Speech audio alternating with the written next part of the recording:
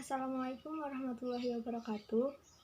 Kali ini saya akan menjelaskan penerapan konsep fluidastatis di dalam kehidupan sehari-hari. Yang pertama yaitu bendungan.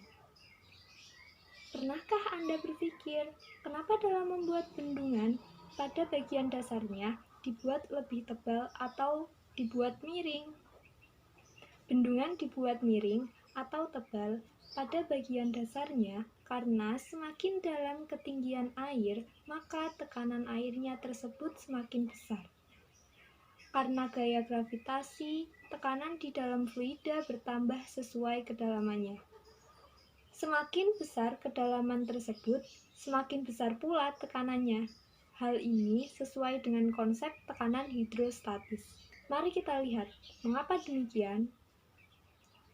Misalkan, air di kolam pada gambar, karena gaya gravitasi menarik ke bawah partikel-partikel pada lapisan 1, maka lapisan tersebut memiliki satu berat tertentu. Gaya berat pada lapisan 1 menekan ke bawah pada lapisan 2. Lapisan 2 memiliki gaya gravitasi pada partikel-partikelnya sendiri ditambah gaya dari berat lapisan 1. Oleh karena itu, tekanan pada lapisan 2 lebih besar daripada tekanan pada lapisan 1. Bagaimana dengan lapisan 3? Nah, lapisan 3 memiliki gaya gravitasi pada partikel-partikelnya sendiri ditambah berat 2 lapisan pertama yang mendorong ke bawah lapisan 3 tersebut. Akibatnya, tekanan pada lapisan 3 lebih besar daripada lapisan manapun di atasnya.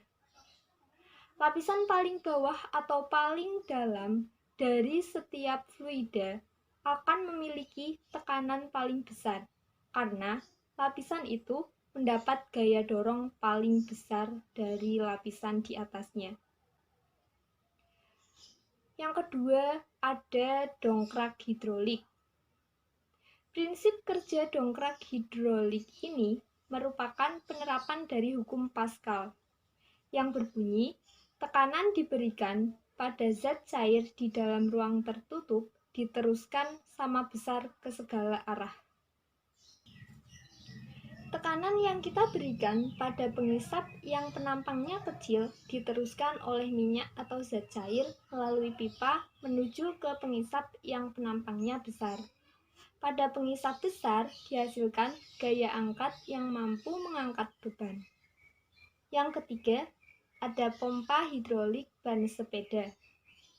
Alat ini juga menerapkan prinsip hukum Pascal.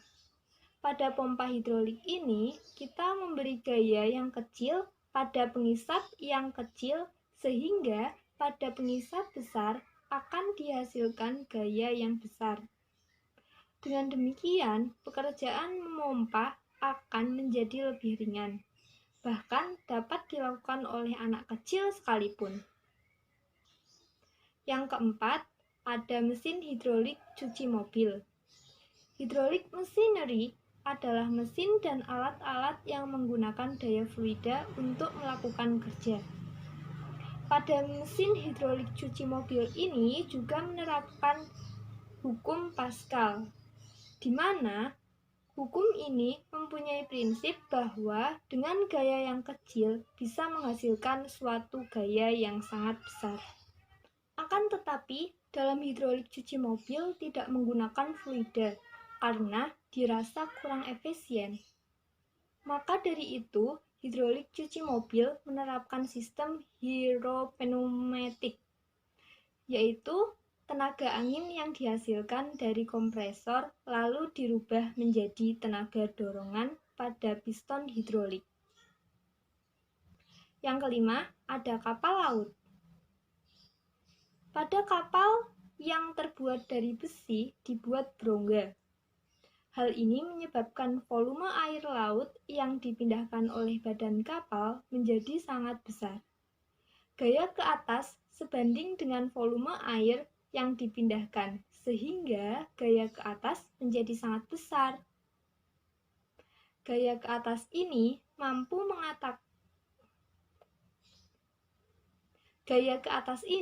mampu mengatasi berat total kapal, sehingga kapal laut mengapung di permukaan laut. Kapal laut didesain di pabrik dengan kapasitas muatan maksimum tertentu sedemikian rupa sehingga kapal laut tetap mengapung dengan permukaan air masih jauh dari bagian geladak. Terima kasih. Demikian penjelasan dari saya. Kurang dan lebihnya mohon maaf. Wassalamualaikum warahmatullahi wabarakatuh.